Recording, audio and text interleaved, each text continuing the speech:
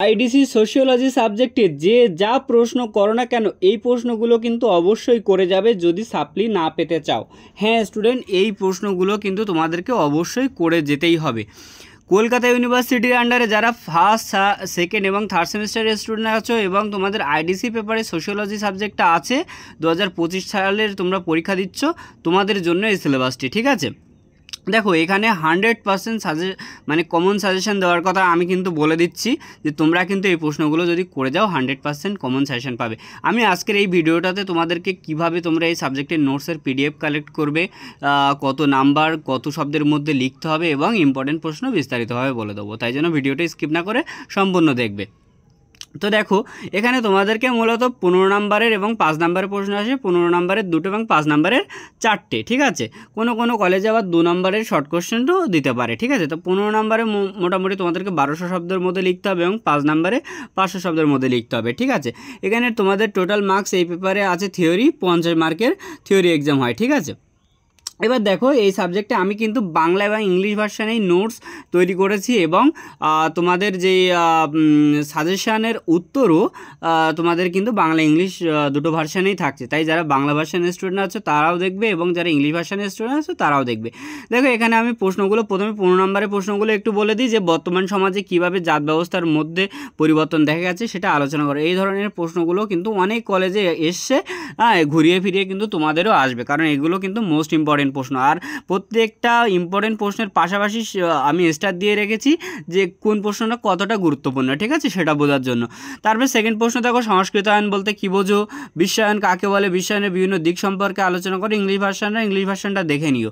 4এর দাগে সাম্প্রদায়িকতা কাকে বলে, এর বিভিন্ন কারণগুলি উল্লেখ করো। 5এর দাগে হচ্ছে ভারতের জাতীয় সংহিতার প্রতিবন্ধকতাগুলি আলোচনা করো, জাত ব্যবস্থার প্রধান বৈশিষ্ট্য এবং ভারতীয় সমাজের কর্তৃত্বকারী জাতির গুরুত্ব কতখানি সেটা লেখো, ঠিক আছে। এই ধরনের প্রশ্নগুলো কিন্তু মোস্ট ইম্পর্ট্যান্ট আছে।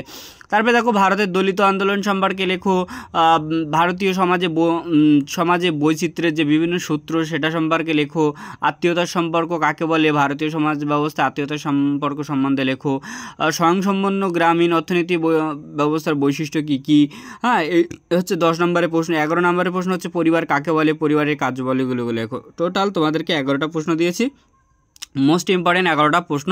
11টা প্রশ্নের মধ্যে তোমাদেরকে 3টে 4টে করে যে স্টার দিয়ে দিয়েছি। প্রত্যেকটা প্রশ্ন কিন্তু গুরুত্বপূর্ণভাবে খুব ভালোভাবে পড়বে যারা একটু মানে পুরোপুরি ভালো মার্কস পেতে চাও। এই সাবজেক্টে ফেল করলে কিন্তু তোমাদের সেমিস্টার নট ক্লিয়ার হবে, ওই জন্য এই সাবজেক্টটা কিন্তু খুব ভালোভাবে মনোযোগ দিয়ে পড়বে। 5 নম্বরের জন্য যে প্রশ্নগুলো আমি তোমাদেরকে ইম্পর্টেন্ট হিসাবে রেখেছি দেখে নাও। 5 নম্বরের জন্য রেখেছি তোমাদেরকে ভারতের গ্রামীণ সমাজের শ্রেণী কাঠামো এবং স্বাধীনতা পরবর্তী নগর এবং শ্রেণী কাঠামো সম্বন্ধে লেখো। বিশ্বায়নের বৈশিষ্ট্য, বিশ্বায়নের যে প্রশ্নটা এটা কিন্তু মোস্ট ইম্পর্টেন্ট আছে, 15 নম্বর 5 নম্বর যে কোনোভাবেই আসতে পারে, ঠিক আছে। 3 নম্বরের প্রশ্ন দেখো আত্মীয় কাকে বলে, আত্মীয়ের বৈশিষ্ট্য, এই আত্মীয় পরিবার, হ্যাঁ এগুলোও কিন্তু মোস্ট ইম্পর্টেন্ট প্রশ্ন আছে। তারপরে ভারতীয় সমাজে ধর্মীয় নিরপেক্ষতা প্রকৃতি আলোচনা করো। ভাষা অনুসারে আদিবাসী সমাজকে কয় ভাগে ভাগ করা যায় বা এই আদিবাসী সমাজের 4খানা প্রধান সমস্যার কথা লেখো, ঠিক আছে।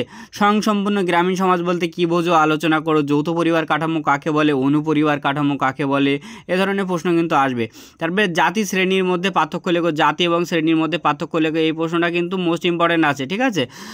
তারপরে দেখো ভারতীয় গ্রামীণ সম্প্রদায়ের বৈশিষ্ট্যগুলি ও কাঠামোগুলি উল্লেখ করো, ঠিক আছে। জাজমানি প্রথা সম্পর্কে লেখো, এই ধরনের প্রশ্ন কিন্তু তোমাদেরকে আসবে। তারপর আমি বলে দিই এই সাবজেক্টের তোমরা যদি পিডিএফ পেতে চাও, এই সাবজেক্টের পিডিএফ পেতে গেলে তোমাদেরকে আমার এই হোয়াটসঅ্যাপ নাম্বারটাতে তোমাদেরকে হোয়াটসঅ্যাপ করবে, অনলি হোয়াটসঅ্যাপ, কোনো কল করবে না, ঠিক আছে। করে তোমরা বলবে যে তোমাদের নোটস বা পিডিএফ যদি লাগে তাহলে আমাকে জানাবে। ইংলিশ বাংলা ভাষা নেই, তোমাদেরকে নোটস এবং উত্তর রেডি করা আছে খুবই সুন্দর ভাষায়। তোমাদের আমি দেখিয়ে দিচ্ছি যে কেমন তোমাদের নোটস বা ল্যাঙ্গুয়েজগুলো কেমন থাকবে, সম্পূর্ণ আমি বিস্তারিতভাবে দেখিয়ে দিচ্ছি, তোমরা দেখে নেবে। তবে একটু নাম্বারটা একটু নোট করে নাও। আর তোমাদেরকে সেই সাথে আমি বলে দেবো যে দেখো এটা হচ্ছে তোমাদের প্রশ্নের পিডিএফ, আর তোমাদের সেই সাথে আমি বলে দিচ্ছি এখানে দেখো ইংলিশ বাংলা ভার্সানে দুটো ভার্সানে আছে।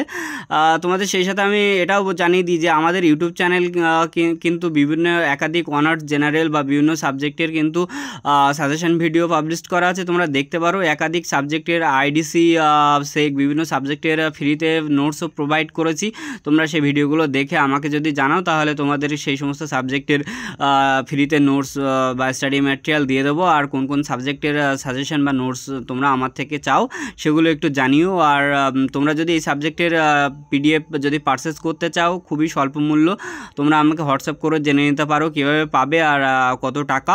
ঠিক আছে, আর এটা ছিল তোমাদের আজকের ভিডিও। কেমন লাগলো অবশ্যই জানাবে, আর ভিডিওটা একটু লাইক কমেন্ট শেয়ার করে দিও যাতে তোমার অন্য অন্য বন্ধুরা ব্যাচমেটরা যাতে উপকৃত হয়। ঠিক আছে, তো চলো টাটা।